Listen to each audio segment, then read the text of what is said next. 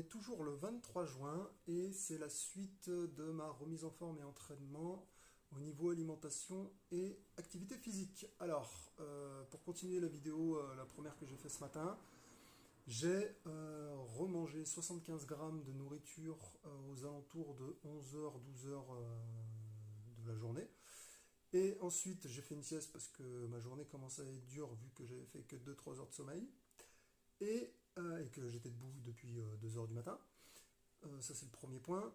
Après ma sieste, j'ai fait une petite sieste, hein. Mais après, au niveau activité physique, je suis reparti faire une marche soutenue, marche rapide, de environ 1 heure aux alentours de 15h, 16h. Et j'ai fait 6888 pas, ce qui m'a donné à peu près en distance 5 km 200. Ça c'était pour la marche. Et là, au niveau de l'alimentation, je vais me refaire 75 grammes de nourriture. Un truc sucré parce que c'est la période 16-17 heures, donc un petit truc sucré, c'était pour ça. J'avais gardé, j'ai coupé en deux mon repas du midi. Donc en fait, c'était pour avoir 150 grammes entre mon repas du matin et mon repas du soir. Comme ça, il me reste 100 grammes que je pourrais manger ce soir et je sais déjà ce que je vais manger. Euh, Comme ça, j'aurai mes 450 grammes de nourriture sur la journée. Petite info encore utile par rapport au fait qu'il fait encore et toujours très chaud dehors. J'aimerais juste faire un petit rappel. C'est du vécu. J'ai déjà eu un coup de chaleur dans ma vie pendant ma période où j'étais militaire.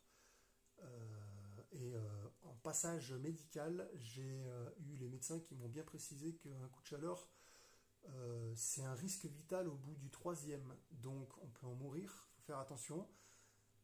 Donc pensez bien à vous hydrater, à vous mettre à l'ombre, à pas faire n'importe quoi si vous n'êtes pas sportif ou si vous commencez, que vous voulez vous arracher pour perdre du poids ou vous muscler ou ce que vous voulez. Donc gros risque vital. Et il nous avait dit que si je faisais un deuxième coup de chaleur, bah déjà, activité physique, ça aurait été interdit, quoi. Donc pour bien vous montrer que le corps humain n'est pas fait pour subir des coups de chaleur successifs. Donc c'est bien de bronzer, mais passez pas trop de temps au soleil non plus. La petite info utile aussi, c'est les lunettes de soleil. Ce qui donne l'info à notre peau de bronzer pour pas qu'on a des coups de soleil ou des cancers de la peau, c'est nos yeux. Donc si on met des lunettes de soleil, on dit à nos yeux qu'il n'y a pas beaucoup de luminosité, donc on va produire moins de protection